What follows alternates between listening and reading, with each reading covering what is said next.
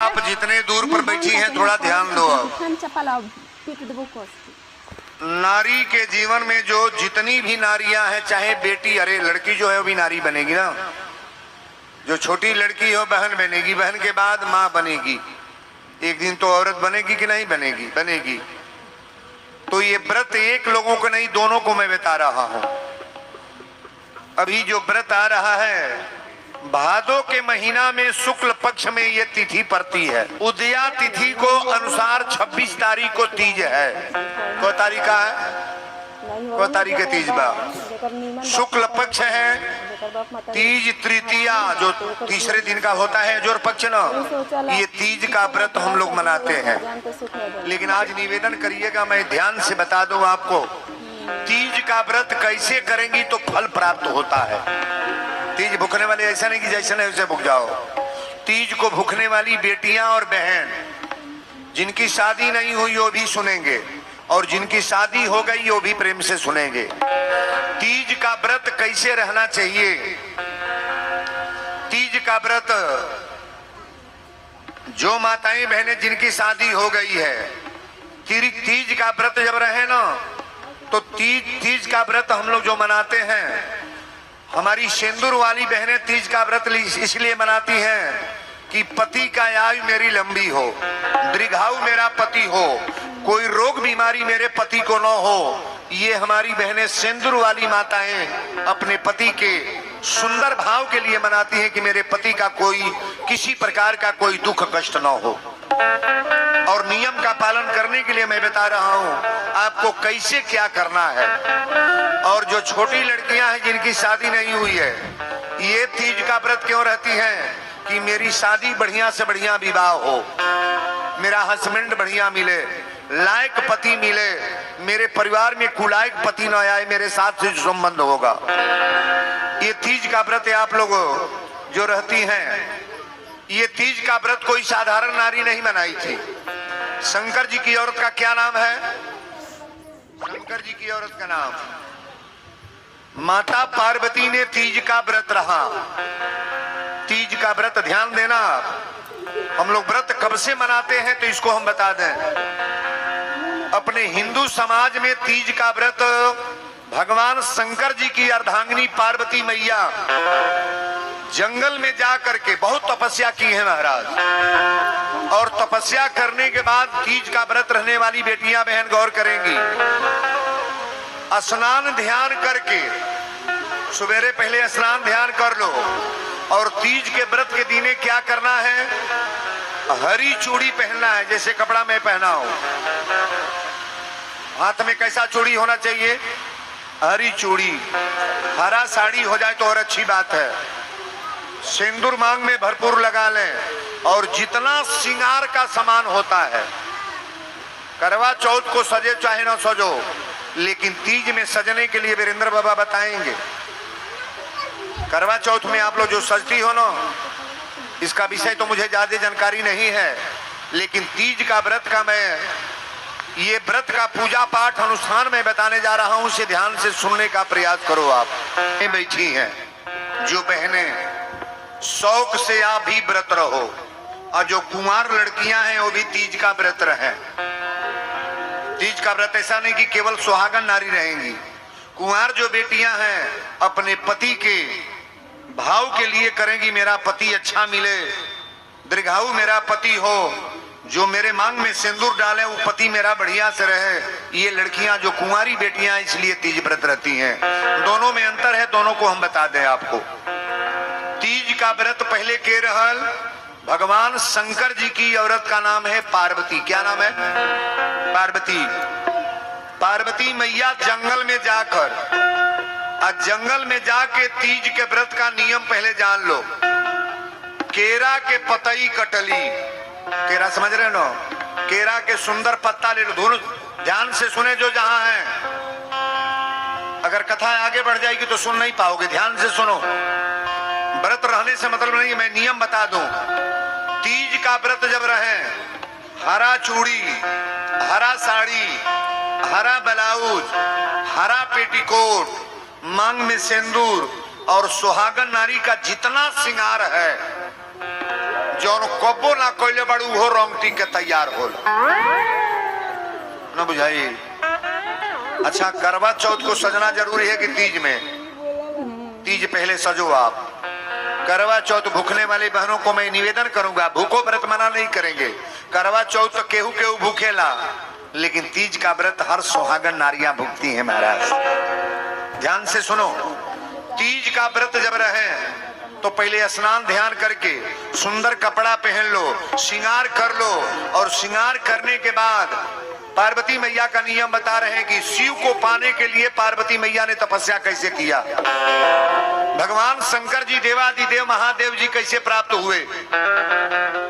पार्वती मैया ने सोचा कि किस तरह का पूजा मैं करूं कि मेरे देवादिदेव मेरे पति भोलेनाथ मेरे पति के रूप में मुझे प्राप्त हो। तो किस तरह की माता ने पूजा किया, जंगल में जा करके केरा के पतई कटली और केरा के पतई पर शिवलिंग बनाई माटी का।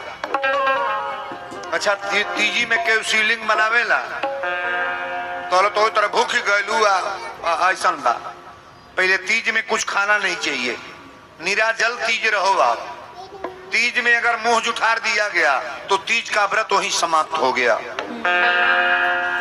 दुइये को तो व्रत नामी है, एगो माई अपना बेटा खातिर व्रत रहेले ना रहेले के बाबा जूतिया भूखल बनी, हम जूतिया भूखल बनी। तो बेटा के व्रत खातिर जूतिया में गांठ मारल जाला। कोगो बेटा हमार बाड़े, अगर पवित्र पावन विचार से जूतिया का व्रत बोलेंगे, कल परसों में बोलेंगे जूतिया का भी नियम। हम तीज का व्रत पर बोल रहे हैं, तीज व्रत को सुनने का प्रयास करो कि वीरेंद्र क्या बोल गए। बढ़िया से केला के पतई काट के अब पार्वती मैया केला के पतई पर शिवलिंग बनौली। शिवलिंग समझ रहे हो, मिट्टी का शिवलिंग बना लो। आपको भी मैं कह रहा हूँ छोटा छोटा शिवलिंग बना लो, पार्वती का दृश्य बना लो। आपको तो पार्वती का दृश्य बनाना होगा। पार्वती मैया अपना दृश्य नहीं बनाई थी, किनका दृश्य? भगवान भोलेनाथ का शिवलिंग मिट्टी का इतना लंबा बना लो, सांप का गिडारी लगा लो, और सुंदर प्रकार के फूल पत्ती जितना भी आप लोग चढ़ाती हैं देवी देवता का स्थान पर ना, ये शिवलिंग पर चढ़ा करके, और वो जो शिवलिंग जो रखती है घर में ना केरा के पत्ता पर, उसको जिस दिन व्रत रहेंगे उस दिन फेंकना नहीं है। उपवास दिन भर करो आप, दिन भर उपवास रहना है निराजल।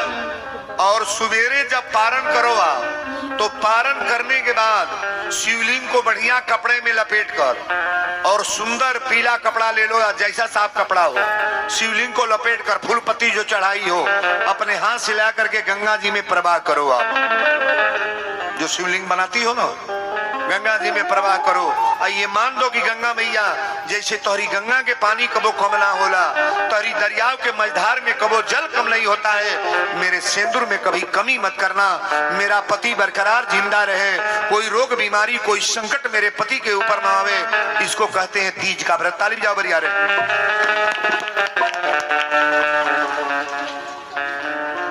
आप लोग कोई ऐसे भूखती हो, भूखता है कोई? नहीं भूखता है तो केहू कोई दिले फलनिया भाई तो तीज भूखे लो तब भूखल बनिए दी, एकर कोनो मतलब ना भाई। माटी में कौन मेहनत बा, इतना बड़ा शिवलिंग बना लो, सुंदर केला के पत्ता पर शिवलिंग बना करके, और जो भी पूजा का सामान चढ़ाना है शिवलिंग पर चढ़ाओ। शंकर जी से एक बार पार्वती मैया पूछली,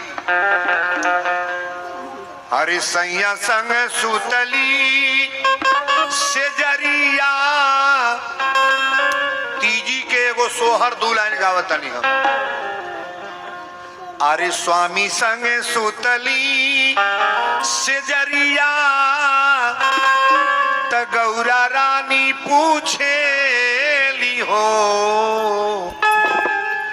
सैया संग सुतली से जरिया त गौरा रानी पूछेली हो, सैया संग सुतली से जरिया त गौरा रानी पूछेली हो, सैया संग सुतली से जरिया त गौरा रानी पूछेली हो।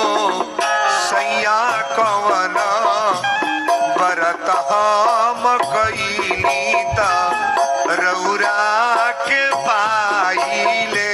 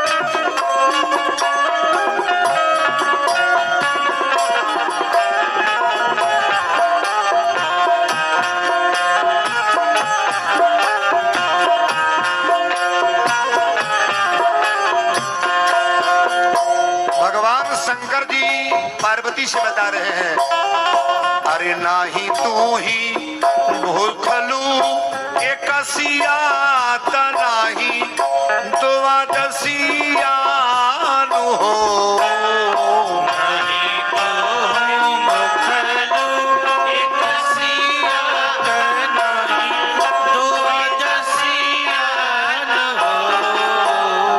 शंकर जी ने कहा पार्वती यही तुम्हारा व्रत है क्या? अरे नाही तो ही भूखलू एकसिया त नाही तू दसियान हो ए गौरा तीजी के तू कैलू बरतिया था हमरा के पावेलू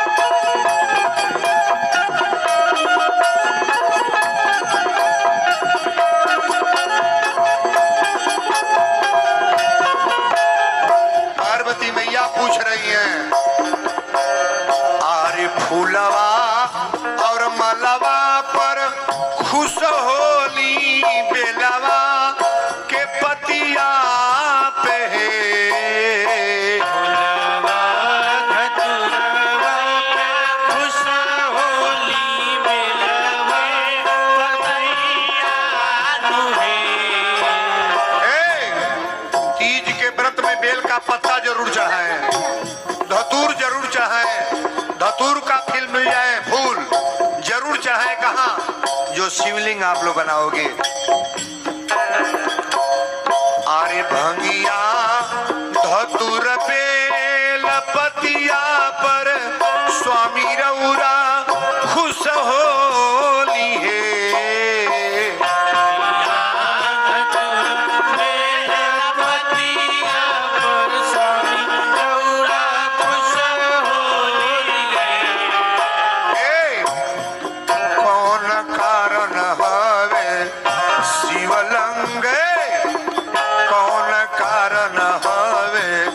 शिवलिंग पूजन मात तीजिया मनाई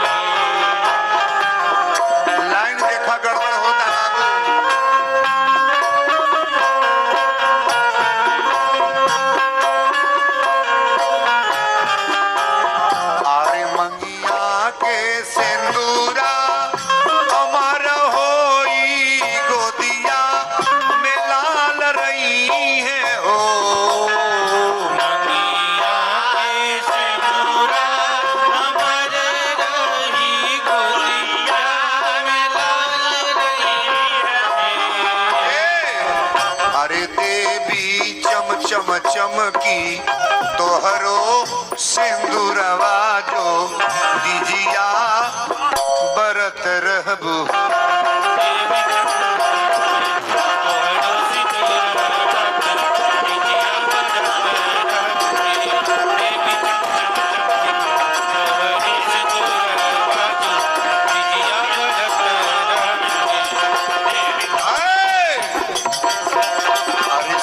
संग सुतली से जरिया त गौरा रानी बोलेली हो।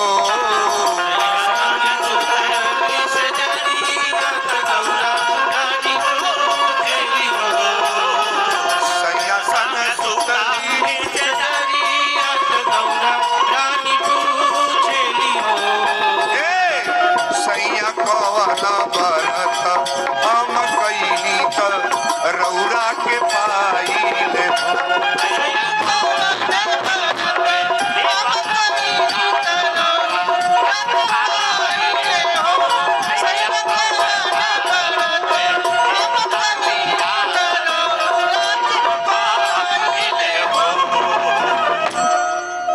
अरे सैया संग सुतली से जरिया त गौरा रानी पूछेली हो। सैया कवन बरत हम कईली त रौरा के पाइले। अच्छा इतना मगन हो के कौन मेहरारू अपने मर्दे खातिर गावेले? तने हाथ उठाई है का जानी। अरे नीमन जे होते उठाई लबर लबर ना। 1 2 3 4 5 6 हमार गौल को बेकार हो। 6 को मेहरारू मर्दे पर अगर आइल बड़ी तर सुन लो। कबो धदैया त मर्दे पर घमंड करिया त मर्द पर। बेटा पर कभी घमंड मत करना। ध्यान से सुनो मेरी बात को। बेटा पर कबो घमंड न करिया। हे तर सुन लो। मर्दे के चलते जौन मन करे साड़ी पहिर लो। मर्दे के चलते जौन मन करे गहना पहिर लो। मर्दे के चलते जहां मन करे घूम लो। मर्दे के चलते जौन मन करे पिक्चर देख लो, गोरखपुर देवरिया घूम लो। मर्दे के चलते जहां मन करे आइसक्रीम आ कुल्फी चाटल, चाउमीन बर्गर मार काटल। बेटा ही कराई हो, कराई बेटा। बेटा तो ऊ करता न कछले आड़ नहीं बा हो बाबा जे जे ऐसा अब का कही। अगर बेटा लायक रही तो वृद्धा आश्रम खुली। वृद्धा आश्रम में माई जाई तने अपना मेहरारू के वृद्धा आश्रम में भेजे तो बा कहीं सुन ली है कि मेहरारू गईली है। मेहरारू खातिर माई वृद्धा आश्रम में जाती है। हम निवेदन करेंगे बहनों से, आप जब भी रहिए, हम जुतिया के थोड़ा एक लाइन बता दी, एक लाइन, लेकिन ये चीज हम कल बोलेंगे। अरे तो हरी खातिर भूखली माई, तो हरी खातिर भूखली माई, जुतिया तवारी रे, अब भूली गईला बाबू। अरे भूली गईला बाबू माई के दुलार के। भूली गईला बाबू माई के दुलार के। भूली गईला बाबू माई के दुलार के। जौन माई पैदा बेटा के करत या बाप हो बाप कितना बधाई कितना उछा। बाबू के मूड़न में, बाबू के बियाहे में पतो ही आवत या तबो कितना बुढ़िया अगर आ तड़ी सो, लेकिन यह सब भूतावत आलो बेटा लो की का कहीं। बेटा बोले माई के इज्जत करता जब ले मेहरारू नहीं आयल बा। माई से कोई बाबू रे ए माई आई पांच टांग ले में 200 रुपया बा निकाल लिए, मैं मूंगफली बा लेके खा लिए। माई रे बुसटे में 100 रुपया बा निकाल लिए, अलियर मैंने चाउमीन बना के खा लिए।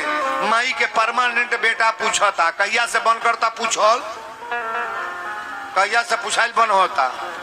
आई गुगुट वाला तू लोग हंसा तड़ू तो लग नीक लागता हो। पहले माई है कि पहले माई है कि पतो नहीं बोलो। मेहरारू है कि माई, यहाँ जितनी बहुएं आई हैं, लड़के तो ज्यादा नहीं आए हैं, लेकिन सुन लो, अपने बच्चों को सिखा देना, अपने हस्बैंड को सिखा देना कि पहले माई के साथे तू व्यवहार बढ़िया बनावा, तब हमारे व्यवहार बढ़िया रही। जो लड़का माता पिता को मानेगा ना, बहू भी आनंद से रहेगी।